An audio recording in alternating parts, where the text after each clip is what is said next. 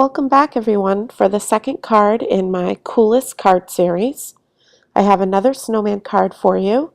Still a square 4 1/4 by 4 1/4 card, but a little bit more of a shabby chic feel than the last card I did.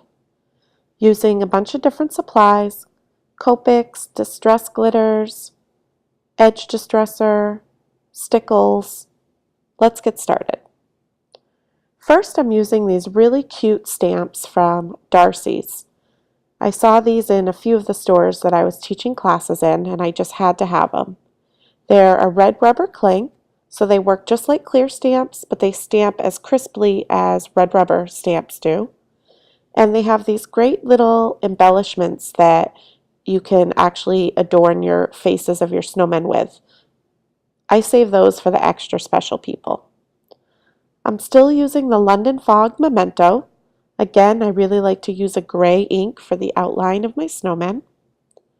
I'm using the Distress Glitter in Pumice Stone.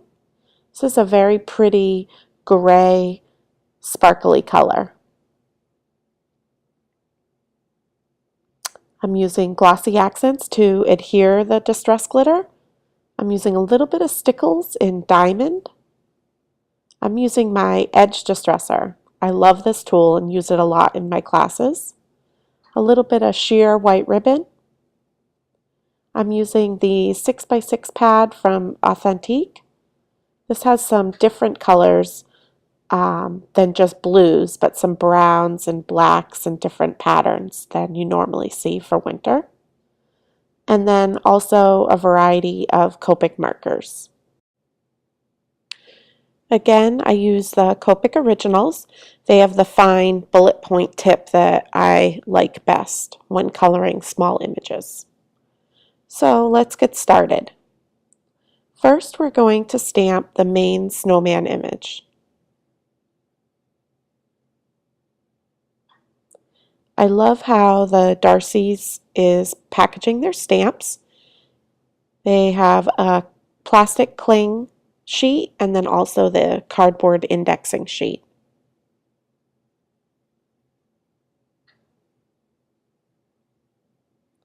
When I have a larger image, I like to take the ink pad to the stamp.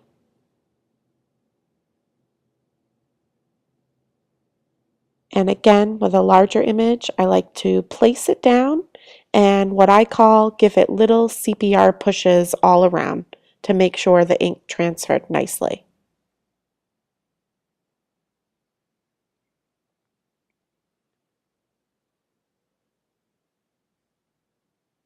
Now I'm going to start to color my image.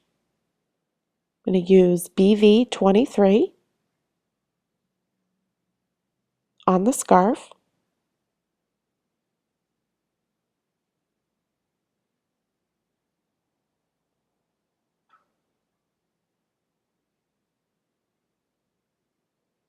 You can use E37 on the arms. Now, this is a little bit of a skinny area to color, even with the bullet tip. So I'm actually using brush tips that I put on my Copic Originals by replacing the broad tip that comes with them with the brush tip. This brush tip is a little bit smaller than the sketch Copics, and I feel I have a little bit more control, and I can use the tiny little point to get into the small areas.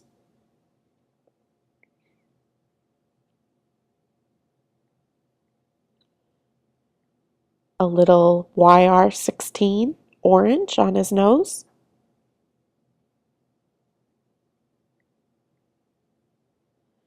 A little YG95, which is an olive green on his buttons. And then I'm actually going to go over them with a YG21. This is just going to lighten it up a little bit and actually marbleize the color.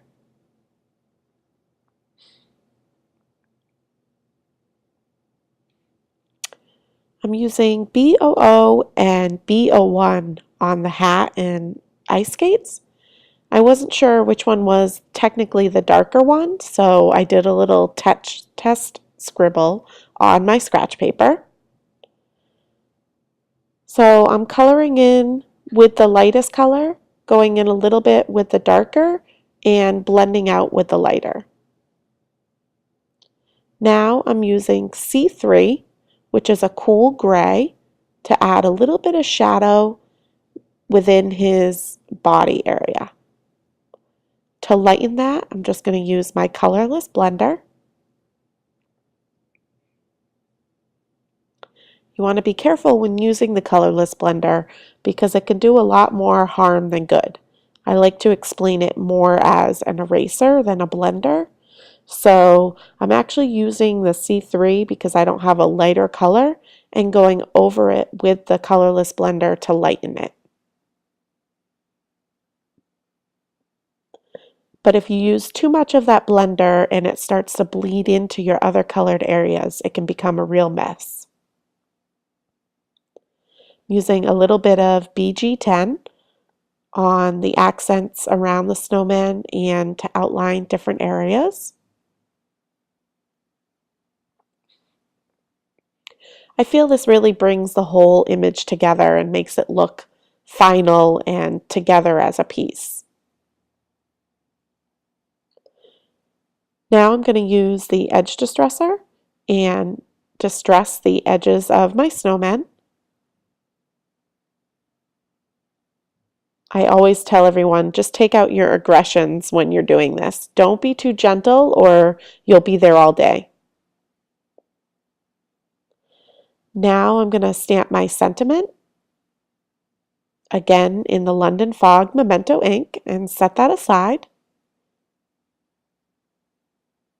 I realized I had forgotten to cut myself the snowflake layer that is the back of the card. So I figured I would keep this part in the video for you just to show you that this is the trimmer that I use. It's the Cutterpeed by EK Success. I love this trimmer. It's been the trimmer I've been using for at least 8 years.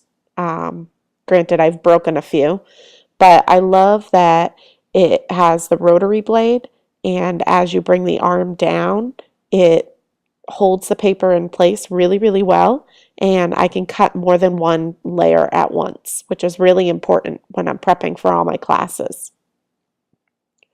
You can see now I'm just edge distressing all of my patterned paper layers for the card. And now we're going to assemble. The note card is a memory box note card. I cut down to be 4 1/4 by 4 1/4. The snowflake pattern paper probably was 4 by 4. And then I'm just mixing some of the other patterns in the 6 by 6 pad. That's what's great about getting those paper pads is you have a lot of coordinating pattern papers to work with.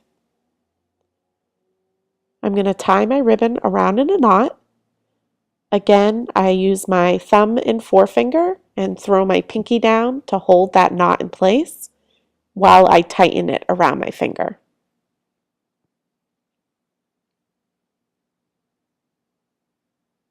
A few foam tape pieces on the corners of my layer, of my snowman layer, to pop it up off the card.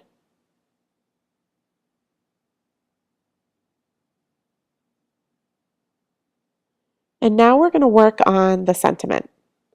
This is something that I call word fetty.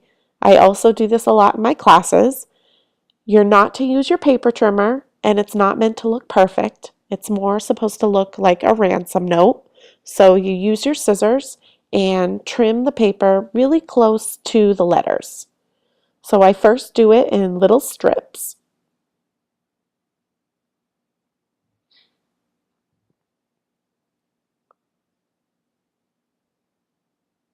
This sentiment is pretty close together, but it still was able to become word fetty. There was just enough space to get my scissors through. So, and then I also work from the bottom up. So I trim the ends down to take the excess of white off. I'm just using my dot adhesive and placing it down flat on the bottom layer.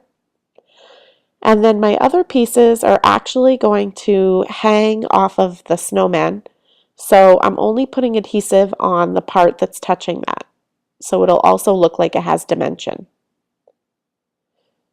Trimming the extra white space on the left and right, working from the bottom up so that you can place it correctly and know that you'll have enough space.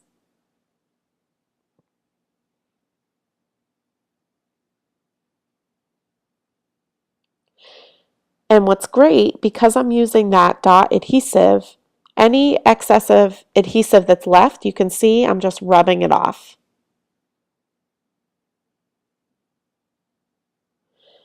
Now I'm going to use glossy accents and gently squeeze it along the roughed up edges of the snowman layer.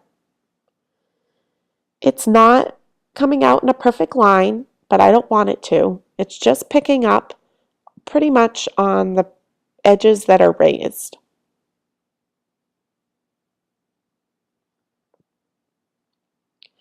You're not in a super rush doing this part. The glossy accents will take a while to dry, so don't feel rushed.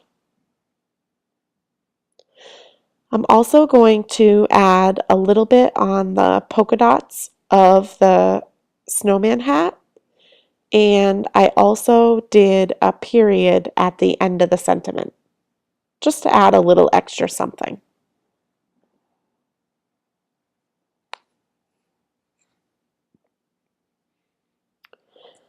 I'm going to set this in my tidy tray and pour the pumice stone distress glitter generously all over wherever the glossy accents was.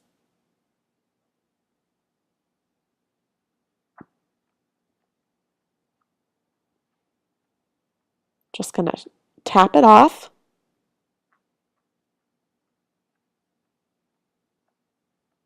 And there you can see. Now this is wet for a little bit, so you don't want to really squish where the glitter is.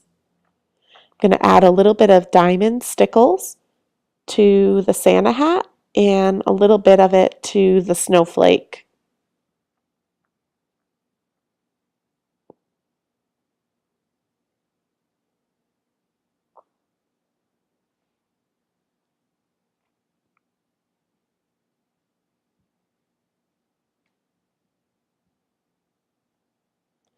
And there you have it. A really cute, shabby chic snowman card. Thank you for watching my second card in this series, and I will be back next Saturday with another snowman creation for you. If you have any questions or would like to see a list of supplies, remember to visit me at shirkus.com.